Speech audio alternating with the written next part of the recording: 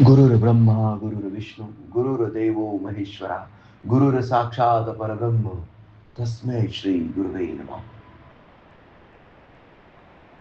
मदत फाउंडेशन चाकणचं जागृती अभियान काय आहे? हे जागृती अभियान म्हणजे आपण पहिले स्वतः जागृत व्हायचं आणि आपल्या आजूबाजूच्या लोकांना जागृत करायचं. कशासाठी? या निसर्गाच्या, या सृष्टीच्या नियमांशी त्यांना अवगत करून द्यायचं, त्यांना जाणीव करून द्यायची. जेवढे जे आपणाशी ठावे ते ते सर्वांना सांगावे, ज्ञानी करुणी सोडावे सकळ जन. आपल्या सृष्टीमध्ये आपल्या आजूबाजूला काय चालू आहे, आपल्या आजूबाजूला काय चालू आहे, ही सृष्टी एका नियमात चालते. हिचं नियमांचं जर कोणी उल्लंघन केलं तर कोणी सोन्याचा चमचा जन्मात तोंडात घेऊन जर जन्माला आला असेल तरीही त्याचा मृत्यू किती भयानक होऊ शकतो याचं आपण काल उदाहरण बघितलं. कोणी अंतराळातून एक एक वर्ष राहून परत येतं जिवंत, सुनीता विल्यम सारखे लोक, आणि कोणी अर्धा तासाच्या प्रवासात होत्याचं नव्हतं बटाट्यासारखं भुजलं जातं. विषय नीट समजून घ्या. प्रकृतीचे नियम तोडाल तर प्रकृती कुणालाच माफ करत नाही. आणि म्हणून आपण जास्तीत जास्त हे प्रकृतीचे नियम समजून घेऊन त्यांना आत्मसात करून त्यांचं पालन करण्याचा प्रयत्न केला पाहिजे. प्रकृतीसाठी सब घोडे 12%, सगळे सारखेच. तुम्ही बघा हॉस्पिटल्सची संख्या बघा किती आहे. पावलं पावलात तुम्हाला दवाखाने दिसतात. कोणत्या जनावरांना दवाखान्यात जाताना तुम्ही बघितलेलं आहे? 84 लक्ष योनी आहेत या पृथ्वी तलावर, आणि या 84 लक्ष माशांसाठी काही स्पेशल माशांनी दवाखाने काढलेले आहेत का? त्यांना किडनी आजार, त्यांना लिव्हरचे आजार, त्यांना हृदयाचे आजार होऊन मरून पडलेले बघितलेले आहेत का तुम्ही? विषय नीट समजून घेण्यासारखा आणि विचार करण्यासारखा आहे. जर आपण निसर्गाच्या नियमाप्रमाणे चाललो तर कधी आपण एलिमिनेट होऊन जातो आपल्याला पण कळत नाही.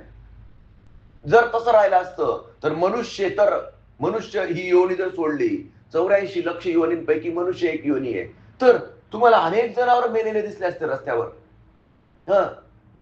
आपण पाळीव प्राणी नाही, अगदी जंगलातल्या प्राण्यांचा पण जर विचार केला तर कोण जन्माला येतं, कोण मृत्यू पावतं, त्याचे ते एलिमिनेट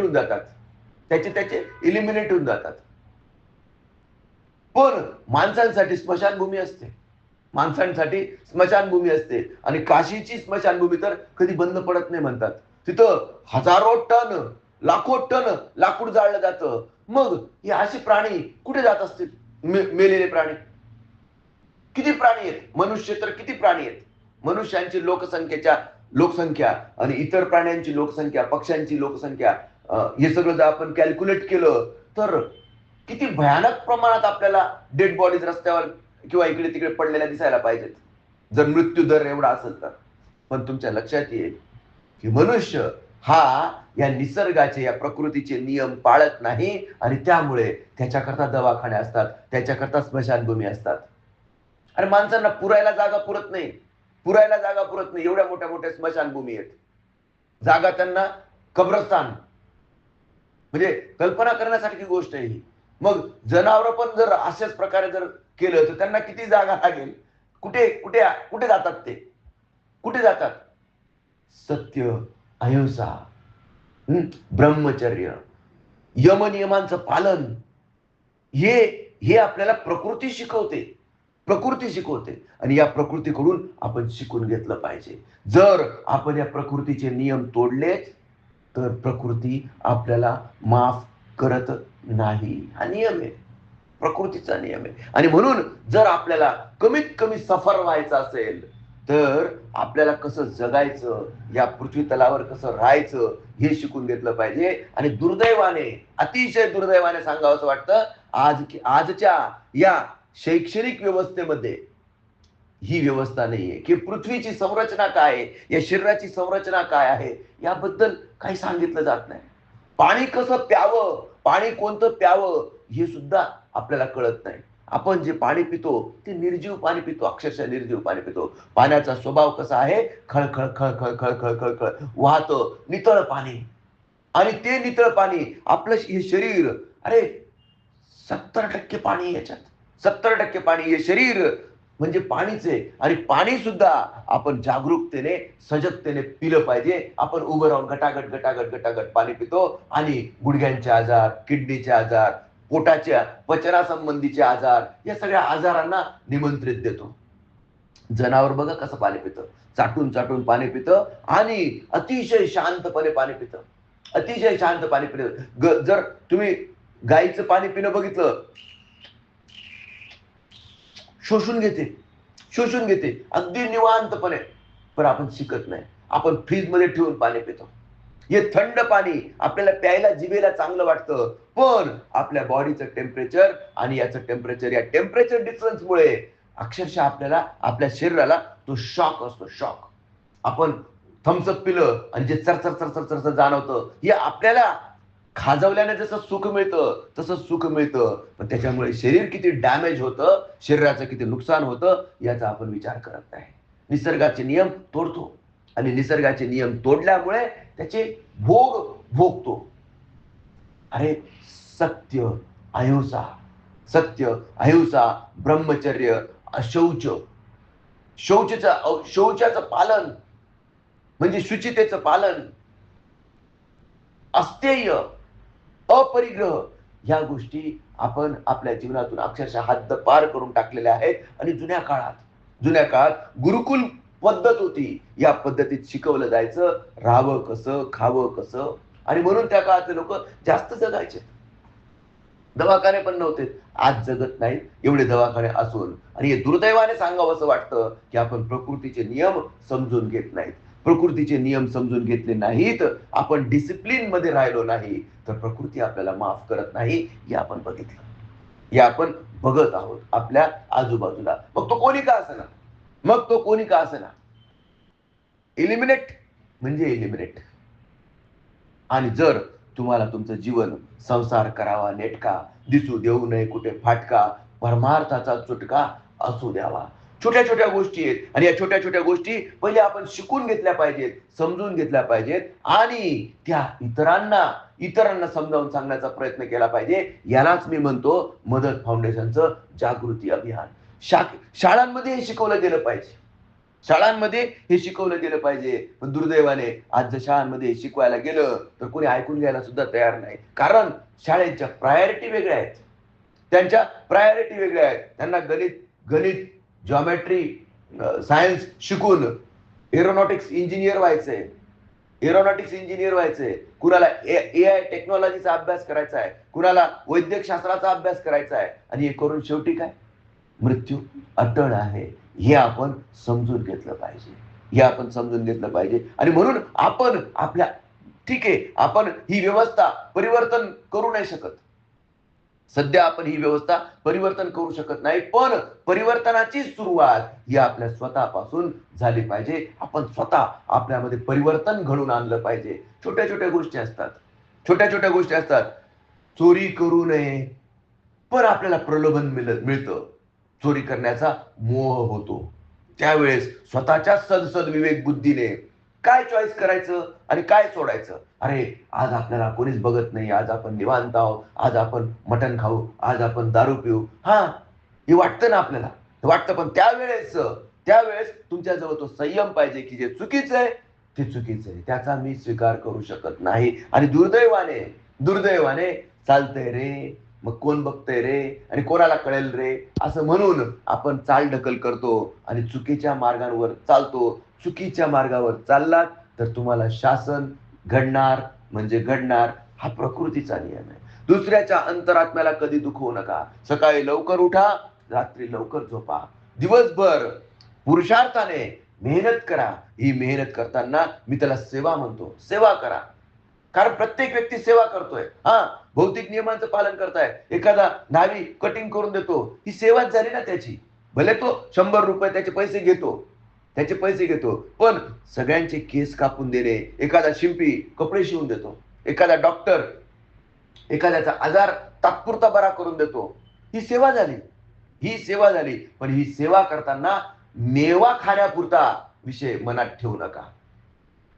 जो प्राप्त है वही पर्याप्त है या समाधानाच्या वृत्तीने जे तुम्हाला भगवंताने तुमच्यावर काम सोपवलेलं आहे, कोणी चपरासी असेल, कोणी नेता असेल, कोणी डॉक्टर असेल, कोणी इंजिनियर असेल, कोणी ड्रायव्हर असेल, त्या ड्रायव्हरने दारू पिऊन गाडी चालवावी का?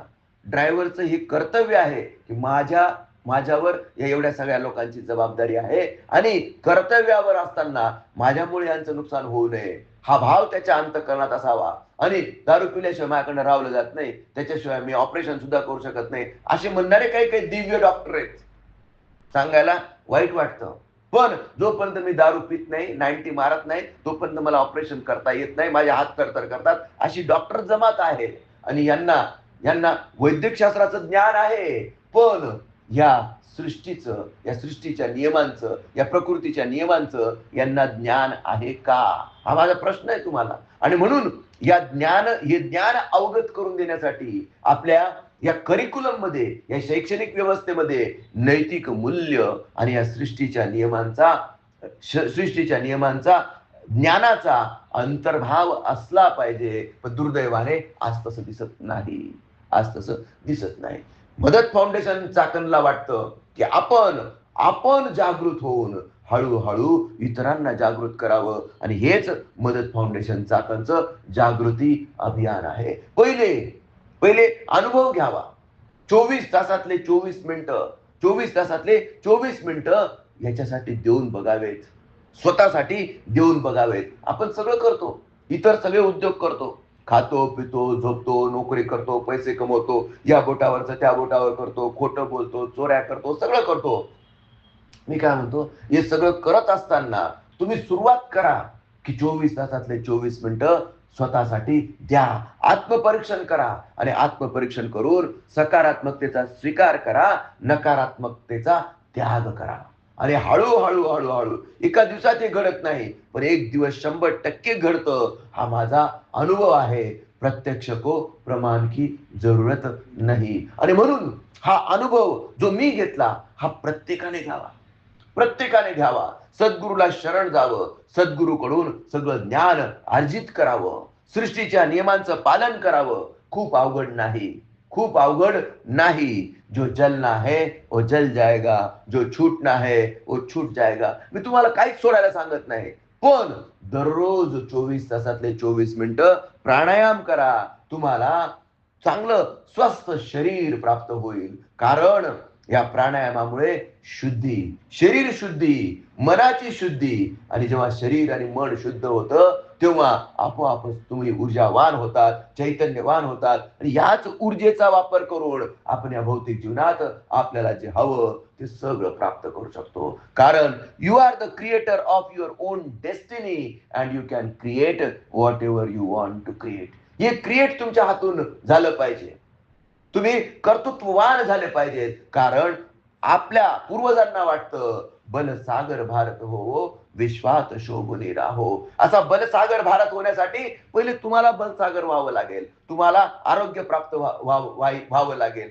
तुम्हीच जर रोगट असाल आणि तुम्हीच जर व्याधीग्रस्त असाल तर बलसागर भारत हो हे स्वप्न कसं पूर्ण होणार. आणि म्हणून सर्वांना आरोग्य मिळावं, सर्वांना समृद्धी मिळावी, सर्वांना मानसिक शांतता मिळावी आणि सर्वांच्या जीवनात परम आनंदाची प्राप्ती व्हावी. हे कधी घडेल, जेव्हा आपण प्रकृतीच्या नियमांचं पालन करू, सद्गुरूला शरण जाऊन हे ज्ञान सद्गुरूकडून घेऊ, सद्गुरूने दिलेल्या नाम मंत्राचा अखंड जप श्वासाबरोबर आपण करू, तेव्हा हे सगळं आपल्याला आपोआप प्राप्त होतं. गुरु चरणी ठेविता भाव, गुरु चरणी ठेविता भाव, आपोआप भेटे देव, आपोआप भेटे देव.